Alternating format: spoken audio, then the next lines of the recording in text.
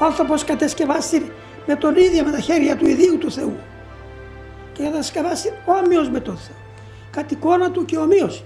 Ο Θεός είναι αυτό αγάπη.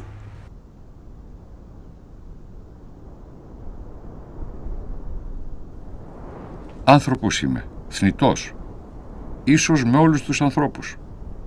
Δεν γεννήθηκα υπερφυσικός. Αντιλήφθηκα τη ματαιότητα της πρόσκαιρης ζωής. Μου δόθηκε σοφία και σύνεση και μετά από παράκλησή μου προς Αυτόν ήρθε σε μένα πνεύμα σοφίας.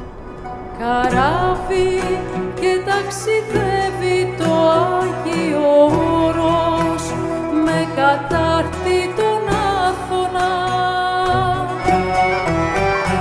Σημαία τη μεταμόρφωση κι άγκυρα την Παναγιά.